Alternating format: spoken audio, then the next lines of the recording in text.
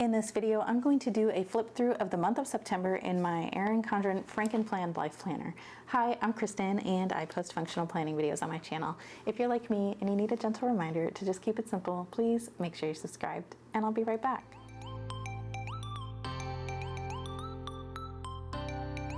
Okay, we are done with September, so let's check out how the month went.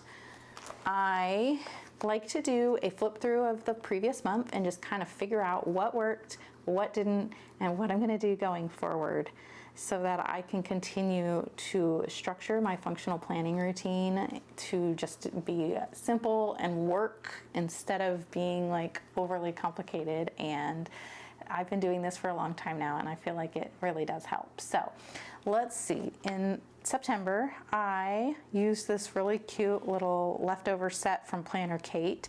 It was leftover stickers from the previous year and it's one of my favorite designs and I just think it's really pretty. I love the colors together and I think it's a great transition from August in Erin Condren planners because August is yellow and September is purple, so this is a perfect little leftover kit there. So that should be available in the markdown section, maybe. I'm not sure. I'll look for it, and if it's still on the site, I will link it. So if you're new to my channel, you might notice that my monthly plan looks a little bit different because I redate my Erin Condren planner to be a Monday start and I put week numbers down the side. This month I started using more of the dash labels to organize like different things and I do like that. I'm still kind of trying to work through all of my older stickers, which I have a lot of like colorful stickers, so I am still using those.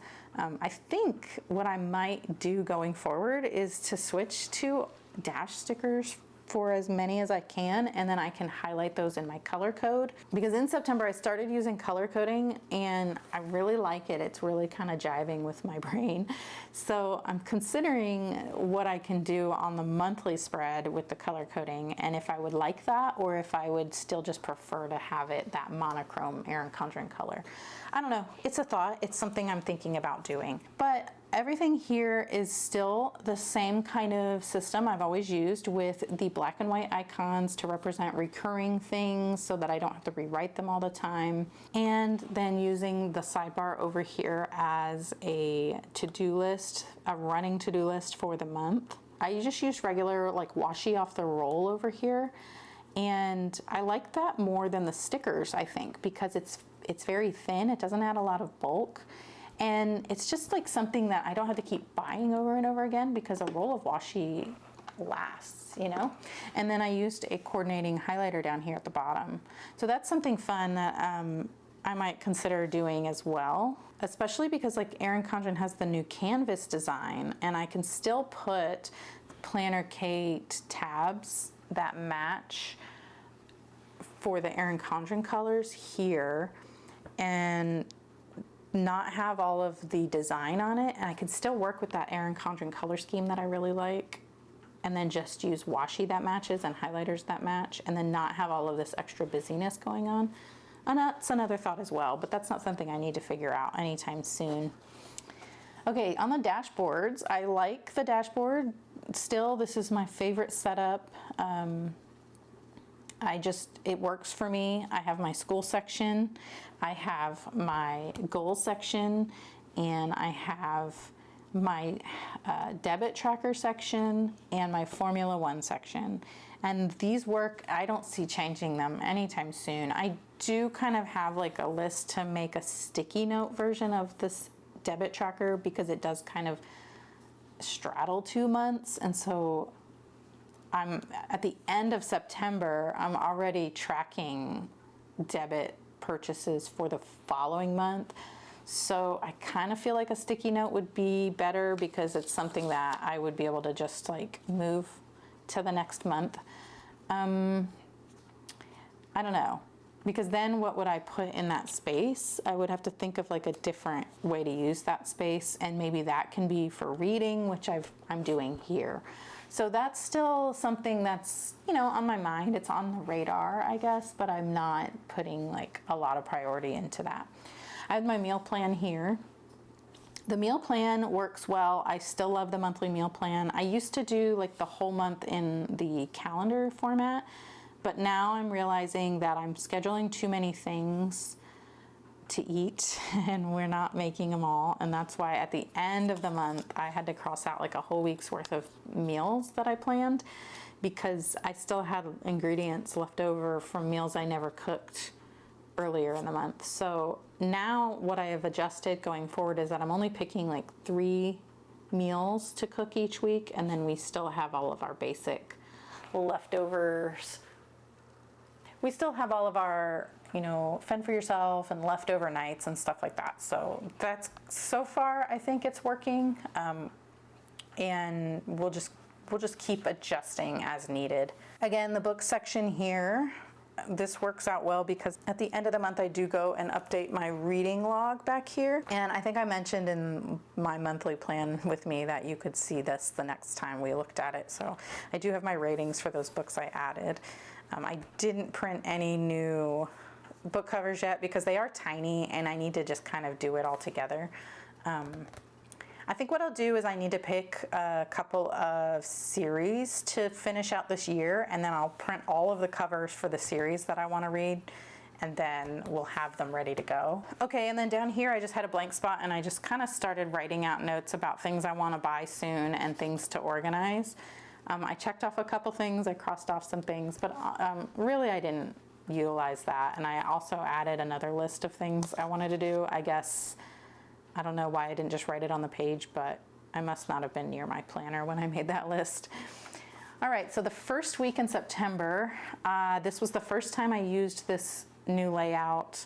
I had Frankenplanned. So if you're not familiar, in July, I started using the Erin Condren 7x9 compact vertical. I used it for all of July and all of August, and it wasn't jiving. And so I had included, when I ordered that planner, I included the weekly tracker add-on pages, which look like this. They're undated and they're just my favorite weekly overview layout on one page with a to-do list down the side. So I uncoiled my planner, took all of the stuff out of the back, which all of these, the add-on out of the back, and then I dispersed it into the month with dot grid pages in between to use as dashboard pages. So far that's working great and I like it and I don't need to change it. I'm doing the same thing in October and I just don't need to change it. I liked having the space to break out and make like little mini to-do lists and have a spot for my sticky notes so they weren't covering things over here. It all worked out really great. I did go ahead and date all of these ahead of time when I rebuilt the planner and Frankenplanned it. So everything is dated. That was the one thing I did like about the compact vertical, is that it was already dated for the whole year. And when I was doing this in my monthly planner before I started using the compact vertical, it wasn't dated, and that was one thing I was missing. So I do know that I prefer a dated planner. So if I purchase something that's undated, I know now that I want to just date it the whole way through all at once instead of having to do it as the weeks go on. I had added the gray line, which you may or may not be able to see on camera, but I did it really close to the dates here, and I had intended to just kind of put like an icon in there to represent what I was doing that day, and that was okay, but I just noticed there's a sticker here. That was okay, but eventually I did make that line wider so that I could write in that space, and I liked that better. This week I had it set up with, I just picked this washi to use. This is Erin Condren Evolve washi. And then I picked a color highlighter to match, and I didn't like that. I think it's because I just didn't like the color. It's not a me kind of color, and so it probably looks fine to you, but I don't know. I think I just don't like pink right now or something. But you know, I feel like this was super productive. I remember loving this and feeling like I landed on a winner. So then the next week I did the same thing, but this is when I first started trying color coding, and I loved it. So all of these colors line up with my Cultivate What Matters goal categories for my power sheets. And the color coding really helped me to see that, like, what I was spending my time doing. It was kind of like a way to track my time, even though I wasn't tracking specifically how long I did things or when I started and finished them. It's more just like, you can see here, it's a lot of red and like coral, which is red is family and coral is work. So I was able to see that I'm spending a lot of time on those things, time and energy. I liked it, and it stuck. I finished it. I did the rest of the month this way. And so there's not much to say about that other than all of these got moved. Look at all those arrows. I don't remember what happened that week. Maybe that's something I should write down here, is like what happened. Just like a little note about how that week went, and then that would help me with this video because I could just look at my little space. This was my YouTube Q sticky note. I made these a long time ago, and I found them in an old planner, so I pulled out the last that I had already printed and just used them to keep track of the content I was working on. That has since moved into just my digital system where I keep track of that in like my Google Workspace. So I finished using all of those sticky notes, and then I haven't made any more. So this week I did the dots instead of like the boxes for the color coding, and it looks nicer as far as size. It helped me write smaller. You can see the difference in the size of my handwriting, but I also kind of just didn't like it. So, you know, it's another option if I feel like I need to write smaller. I think the dots give me that imaginary space so that I keep my handwriting a lot smaller. It's just like a weird thing. I was doing priorities. Did I do priorities here? I did priorities and I did priorities. So that is something that fell off, that I stopped doing because it just kind of didn't mean anything to me. The stuff that I scheduled in on each day was the priority, you know? So I think that would be helpful if I was really like reflecting on the week and thinking like ahead of time. I define the priorities over here, and then that way I'm picking things that match those and putting them here instead of the other way around. But I don't know, that's just not really how my brain worked that week, and I don't know that I've trained myself to have it work that way yet. But anyway, you know, this typical setup, I have the things that are going on that day, the tasks that needed to happen each day, and then the running weekly to-do list over here. And then that's just how it has continued to go. The same setup. I had the things happening each day, the tasks that needed to happen each day, and then the running weekly to-do list. And the dashboard over here with my habit tracker, my dinner menu. Oh, I wrote the gym schedule in here. This wasn't me going to the gym those days. This was me looking through the new gym. We signed up for a gym membership, so I was looking at the schedule of classes that they offer and writing down the classes that I would be interested in taking, what days and times they occur. And currently, we've only had the gym membership for about a week or two, and I don't know if this is a recurring schedule because they only have the schedule on their site for like the month. And so it's something I need to learn. I need to look and just with time figure out if these classes are always at the same time every week, you know? It's something I can ask as well the next time I go, but it's typically when I go, it's so busy. Okay, and then the content sticky note, just a note to myself. This setup works really well and I like it. I did review the Sprouted Planner weekly planner, and it's very similar, and so that one is definitely a contender for my planner for next year. It feels wrong to say that I would be not using an Erin Condren as my weekly planner. I don't know. I haven't made the decision yet. I don't know. We'll see. I really like the Sprouted Planner though. We'll see. So then we just have another week here. I think it's very much the same.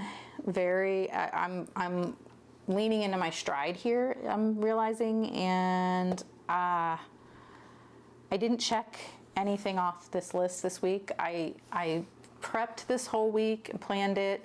I just didn't look at my planner enough during the week. I was working off of like daily notepad sheets and just regular notepad paper for lists and things and little mini checklists for the different projects I was working on. And so I just wasn't looking at this. And so nothing got checked off. And I'm okay with that. I was still very productive this week. So this is how I had my content kind of planned out for the month. This is the back of one of those weekly layouts, but I went ahead and just made, since I didn't have a week to plan on here, I just kind of repurposed it for what I wanted, what was going on each week with my channel. And I just made each day of that layout be a week in the month. And then I had intended to write stuff here for just different things that I might need to note, but you can see I didn't end up using it. I just have a sticky note here for Power Sheets launch week. This was just a list of videos and blog posts I wanted to write. I didn't really look at this very much because I have been working on getting all my systems set up on my Google Workspace. And so that's kind of where this stuff is going to live from now on. I do still like to have a spot to physically write this stuff down because writing it helps me process it. And that is something that I will always do, even if I move all of my content planning and scheduling into the Google Workspace. I still need to have paper and a pen to work through that. And that's why I like these printable wildcards from Cultivate What Matters. It's just like a super simple content planning. I think I have one out right here that's blank. I can show you. Yeah, so these content planning ones, these are printable. So this is just on like my cheap printer paper, but it's just this. And what's cool is that it already only goes Monday through Friday. I don't do content on the weekends, or I try not to. That's the intention. I don't schedule content to publish on the weekends. Sometimes I still end up working, but the intention is not to work on the weekends. But anyway, I can write down for the whole month of weekdays and then what content I'm posting, and then I have a little spot here to like add. I've been using it as the blog post that I think I would want to write for that month, and then I just highlight which days those would be posting. That's kind of working out and I like it. And I'll probably keep doing that at least for the rest of this planner. But I am experimenting with trying out the Fresh Start Daily Goal Planner as a place to expand on this kind of stuff, and then also to put my PTO responsibilities in. I mentioned I've been working on with daily notepads, and so these have daily pages that I think that's how it's going to work.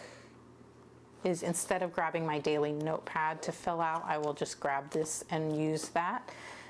So I don't know, it's not necessarily a work planner because I'm still gonna have the stuff on the daily pages that have to do with my like everyday life, like, hey, take out the trash today or pick up my kid from this place at this time. You know, that kind of stuff will be in there. It's really all the prep work that comes in here and the tending lists and the notes pages and the monthly calendar spread that I'm dedicating to working through my content planning and my PTO planning, so that it doesn't clutter up my weekly overview.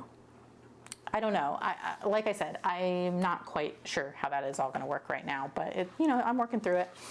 And I had these blank pages here that I had a sticky note that I wanted to work through my quarterly plans here, but I didn't end up doing that. This was just some notes for things. I just added these pages in when I Frankenplanned the planner, and I just kind of used them for whatever, and I'm just covering that up because I didn't really want that on camera yet. And then I didn't use these pages. And then the next two pages are a PTO that I can't show because they have people's names and school information on there, but it's just the Erin Condren 7x9 meeting pages, meeting notebook. I took it apart and added the meeting pages in. I'm trying to find it back here to show you.